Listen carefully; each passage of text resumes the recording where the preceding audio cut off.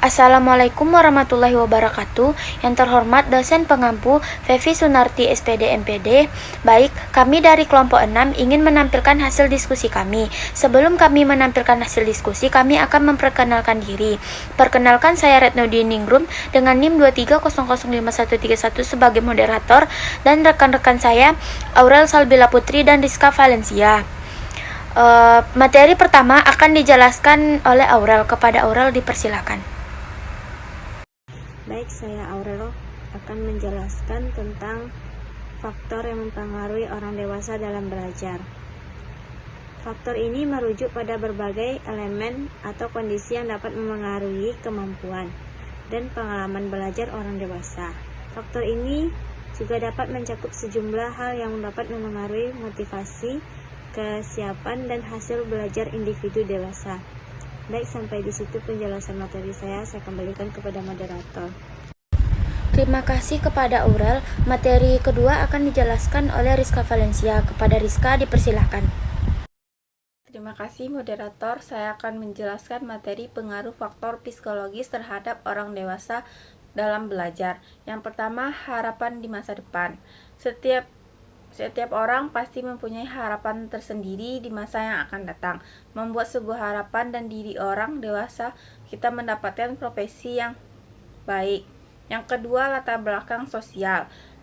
Kesempatan belajar yang didapat terutama pada lingkungan sosial yang kurang atau membuat seseorang merasa jenuh, merasa lebih berhargai, serta dapat menumbuhkan percaya diri. Yang ketiga, keluarga. Seperti kondisi keluarga yang harmonis mempengaruhi semangat belajar dan badan individu. Yang keempat, daya ingat.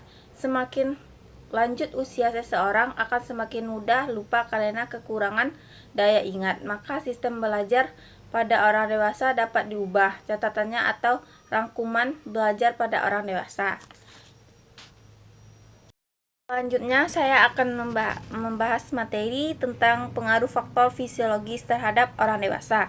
Yang pertama, faktor penglihatan. Pada umumnya orang lanjut usia 40-60 tahun bertajam penglihatannya berkurang karena pengelompok antara 15-25 orang. Yang kedua, faktor pendengaran. Fungsi pendengaran manusia menurun.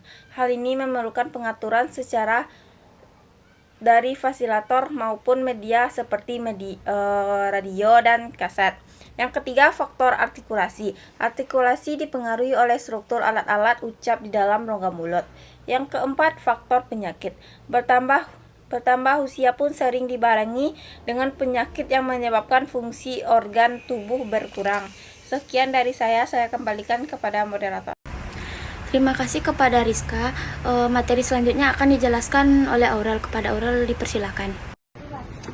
Baik, selanjutnya saya akan menjelaskan tentang poin C, yaitu pengaruh faktor sosiologi terhadap orang dewasa dalam belajar.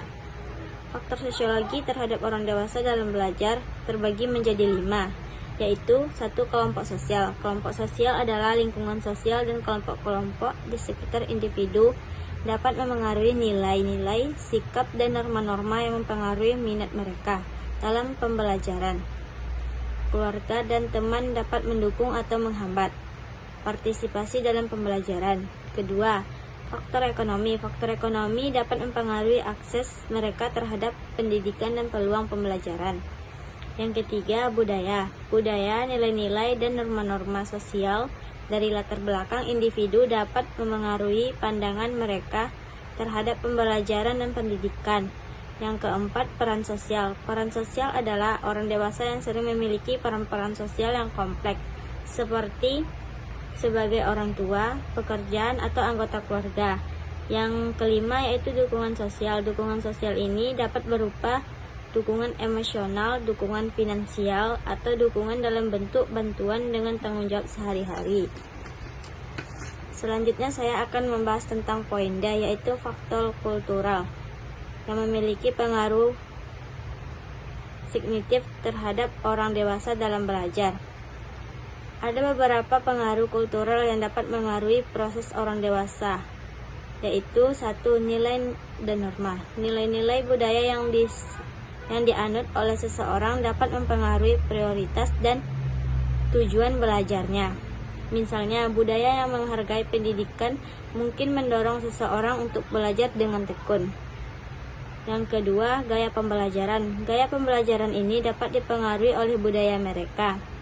Budaya ini mungkin lebih mementingkan pembelajaran kolaboratif, sementara yang lain lebih cenderung pada pembelajaran mandiri. Yang ketiga, bahasa. Bahasa adalah bagian penting dari budaya. Bahasa yang digunakan dalam pembelajaran dapat mempengaruhi pemahaman dan komunikasi seseorang.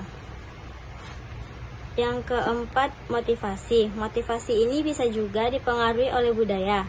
Beberapa budaya mungkin menekankan prestasi dan persaingan, sementara yang lain mungkin lebih fokus pada pembelajaran untuk pengembangan diri. Yang terakhir yaitu konteks sosial. Konteks sosial budaya juga dapat mempengaruhi bagaimana seseorang berinteraksi dengan orang lain dalam proses belajar. Misalnya, budaya yang sangat hierarkis mungkin memengaruhi cara seseorang berinteraksi dengan guru atau mentor. Baik, saya kembalikan kepada moderator. Terima kasih Aurel. Materi selanjutnya akan dijelaskan oleh saya sendiri.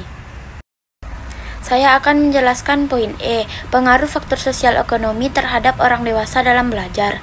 Ada beberapa poin-poin penting tentang pengaruh faktor ekonomi sosial, yaitu yang pertama, akses ke sumber daya pendidikan.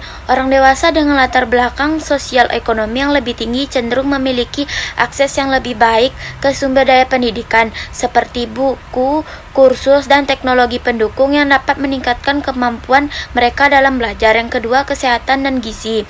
Kondisi kesehatan dan gizi dapat memengaruhi kemampuan belajar. Orang dewasa dari latar belakang sosial ekonomi yang lebih tinggi cenderung memiliki akses yang lebih baik ke layanan kesehatan dan nutrisi yang memadai, yang dapat mendukung kesehatan otak dan konsentrasi belajar. Yang ketiga, lingkungan belajar. Faktor ekonomi juga memengaruhi lingkungan belajar seseorang.